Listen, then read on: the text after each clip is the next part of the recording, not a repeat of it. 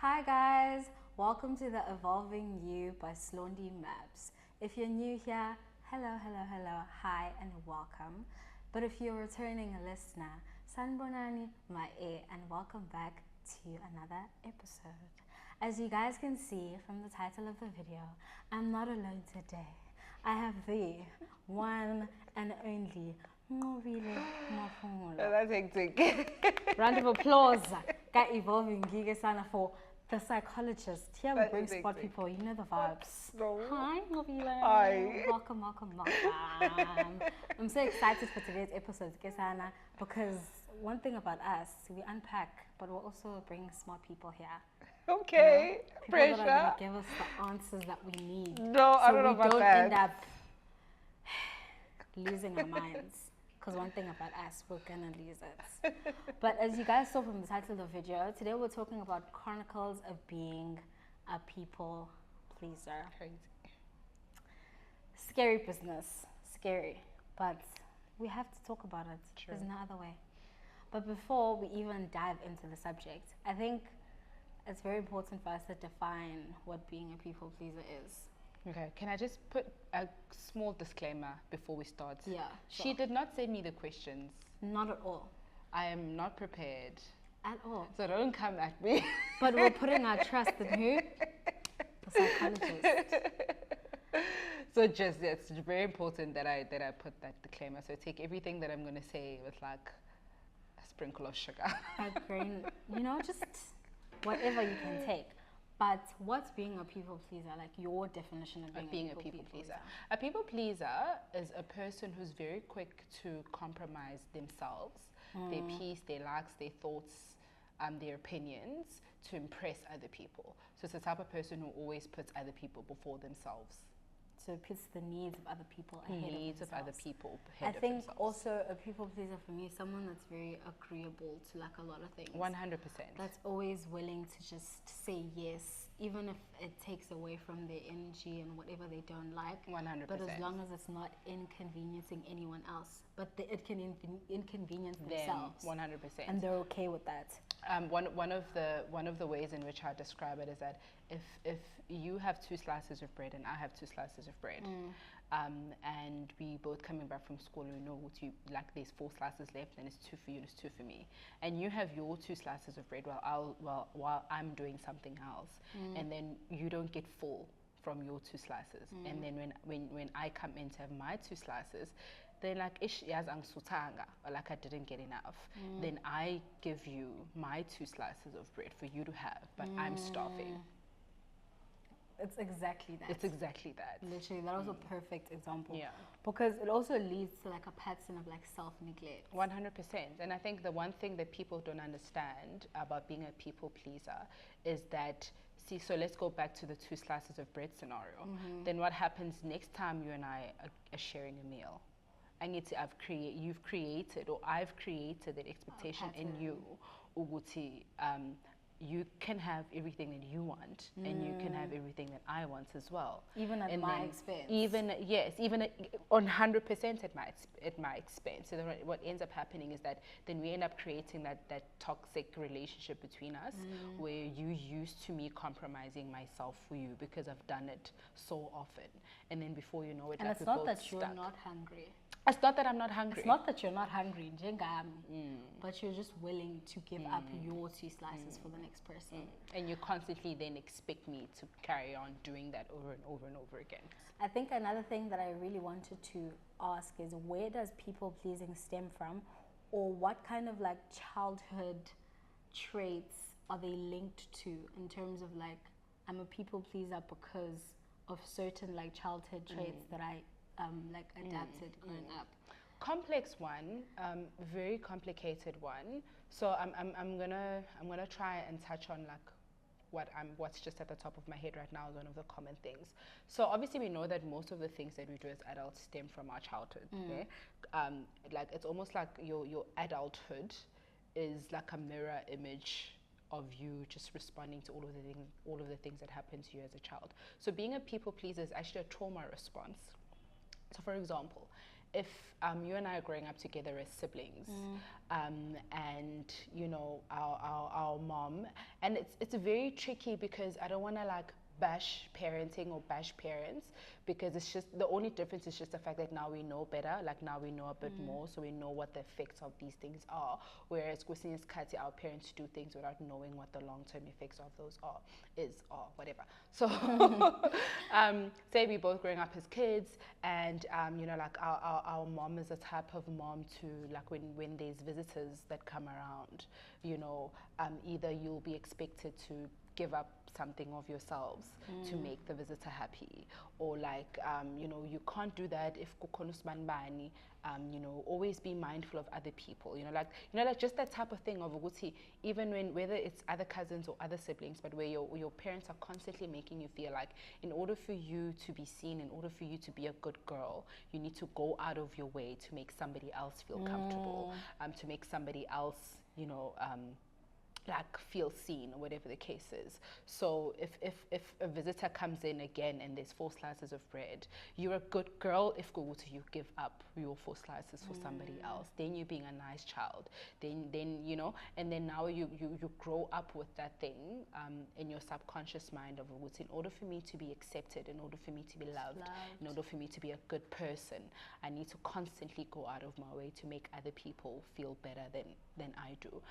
But we never really speak about the cost in which it comes at, you know. And you might even find for parents as well, like utoluguti, your mom is the type of mom who, if the lady next door comes and asks for sugar, knowing very well that this is the last bit of sugar that we have, but she's very quick, or he's very quick to give it to somebody else. And then when you guys need sugar, and to think of, but at least we helped the needy, or like whatever the case is. But in this fact, like, we're the needy, that's needy. You know what I'm trying to say? Definitely. So sometimes it's learned behavior from our parents, and sometimes it's a trauma response from the way in which our parents treated us in relation to other people as well. I feel like also another part that I noticed, because the reason why, like, as you can tell from the other episodes, is the evolving you is pretty much me speaking to myself, but also speaking to the community that I'm creating. So what I noticed about people pleasing within me is that it stems from insecurities, because you're always looking for validation. And also, I don't know if I'm wrong if I'm saying this, but when you're a people pleaser, you're a liar. Because you're upholding an image, because you want to, like, you know, you want to be loved, and you want to be seen, and you want to make everyone happy, but it's not your true self. You're not being true to yourself. So you're always willing to put up this front and uphold an image, because you're so insecure, or you feel like maybe your true self won't be accepted or don't fit into society. So you're always trying to keep up an image so that you're accepted and you're loved, and you're fitting into these environments and whatnot and whatnot. And I think most commonly in our society and the young people nowadays, we're constantly looking for validation from people. So people pleasing naturally just, I don't know if it's becoming normalized also, because of the environment that we're growing up in now, the society of just trying to fit into these things that make it seem like, okay, if you're doing this, then you look like this type of person, or you're. It's so true. I think one of the problems that we're facing as well is that there's more things that invalidate than things that do validate. So social media is invalidating. Like, you look at people, like I was shocked the other day. Like, I saw someone that I went to high school. They're like, "Whoa, girl! Like, you're living it up." You know what I'm saying? And then I started looking at myself and like, okay, what have you been doing with your life all this time? And then my husband actually pulled me out of it. It's like, but always remember that you're always looking at the next person as if they're doing better than you. How many people are looking at you and thinking that you're 100%, you know? So yeah, like, there's too many things that are either invalidating us, that are comparing us, that are making us feel like we're not doing good enough, or we're not getting there fast enough, or we're not getting there quick enough. And we always, like, so easy to look at that instead of looking back, and not even look to see if there's somebody who's looking up to you. Just look back at your past self. Just your look journey back alone. at just your own journey. Just look back at where you were 2 years ago. Look at last year's version of you. You know. Another question, just before we go to like the ending part of it, is what's the difference between wanting to be nice and being a people pleaser? For someone that's trying to come out of their like journey of being a people pleaser, but they still want to be a nice person. Because sometimes you can be lost in the cycle of trying to come out from being a people pleaser, and you can end up not being a nice person. But also instilling boundaries sometimes comes off as not being nice, but it's like you still want to keep being kind and being a nice person. Oh my God, these questions are so hard. But anyway, I think it's a tricky one. I think there's a very fine line. Firstly, I'm a strong believer of inner work. I'm a strong believer of, so long as something makes sense to me, so long as I'm at peace with something, then everyone else will catch up eventually. So if firstly, it's very important to first, like I said, we said in the beginning, being a people pleaser is usually a response to either insecurity, a trauma, a hurt, or a learned behavior. So first, allow yourself to process that. Allow yourself to deal with that. Allow yourself to accept Suguti. Actually, njengoba I'm going out of my way to please people, it's because it's coming from a deep like insecurity that I have about myself. So let me work through that first. Actually, njengoba I'm going out of my way to please people, it's because it's a learned behavior that I saw either my parents doing, but that hurt me. So let me first deal with that. Let me first process that. Once you've processed that, and once you're at peace with that, once you've accepted parts of that you can't change, once you've accepted parts of that have hurt you, once you've sort of like created a safe space within yourself, in the way in which you feel about yourself, in a way in which you allow other people to make you feel about you, then it sort of helps you. Once even just going back to the validation thing as well. Once you realize what's the best form of validation you'll ever get in your life is a form of validation that you give yourself, because nobody knows the things that you've been to and the things that you've been through better than you do. So if waking up for you was a big deal namhlanje, I'm not going to validate that because I don't know that. But you know how difficult it was for you to get up izolo, you know? So we first also need to look at those things as well. Like once we bring back the power to ourselves, once we bring back, you know, like just that sense of self, just that sense of self-validation, self-gratitude, self-reassurance, and all of that, then it automatically minimizes your reliance on other people to see you, your reliance on other people to either apologize or validate you or whatever the case is. And then uzobona, like once you invest in that, then your need to be seen or validated by other people automatically diminishes. And if you're a nice person, your niceness will echo regardless. It doesn't matter. It doesn't matter. It's like if you're a mean person, you can be a mean person and be going around giving people money in town. If you're a mean person at the core of who you are, I promise you that's going to echo. So trust as well, you're just nice because that's just who you are. Not because of what you do, or not because of you're just a nice person, just because that's who you are. It's like if a nice person tells you that you did something that they don't like, it's different from when a mean person says it. So if you're nice, you don't have to worry about it being evident or it being seen by others. Yes, so long as you know when at the core of your being, that's what you're about, then it's gonna echo.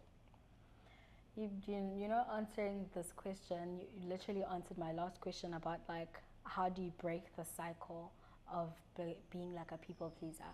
But for me, I think the most important thing that I've realized in my journey of trying to break the cycle of being a people pleaser is to become aware of myself and understanding the importance of being yourself. 100%. Like if you're your authentic self, then you don't have to worry about people not liking you. The right people will gravitate towards you because you're being your authentic 100%. self, and they'll see that you're a good person, and you'll find your people. Not everyone is gonna like you. It's just like how you don't like everyone else. My grand, God bless her soul, she always used to say to me, do you like everyone? And I'd say, yeah, no, sometimes I'm like, exactly. So you have to be okay with the fact that other people feel like that about you. Number one. Secondly, my granny always used to say, you can't expect anyone, I'll say it in isiZulu because it carries more depth. So you can't expect someone to like something that doesn't like itself.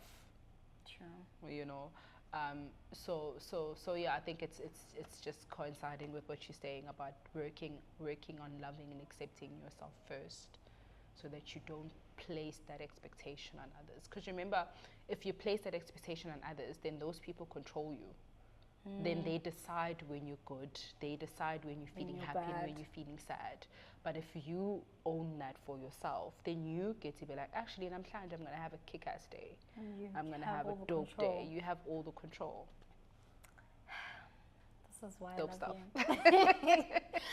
you. Literally. But I think one question that I want to leave, and people can just answer it in like the comments. It's not really a question to answer, but it's literally a rhetorical question. Uguti, if you're a people pleaser, you need to constantly ask yourself, Uguti, whose peace are you keeping by trying to please people? That's literally the one thing that I have to keep in my head all the time. Uguti, whose peace am I trying to keep? Whose happiness am I putting first right here? Because if being a people pleaser is going to take all the energy and drain me and do nothing for me, then who are you doing it for? What are you living this life for? Okay, babes. But thank you so much. Thank you for having for recording this video with me. Guys, I'll leave a description link on the box. You guys can subscribe to the channel, follow her, and you'll get more of the juicy content and all the answers to your questions that you require. Thank you so much. Thank you for having me. It's been amazing. Love it. Thank you guys for watching. Tune in for the next episode. Don't forget to subscribe. Tell your friends, tell their friends, tell their friends, tell their friends. To subscribe and listen to more episodes that are coming. Thank you so much. Get loves. Love you loads. Get some.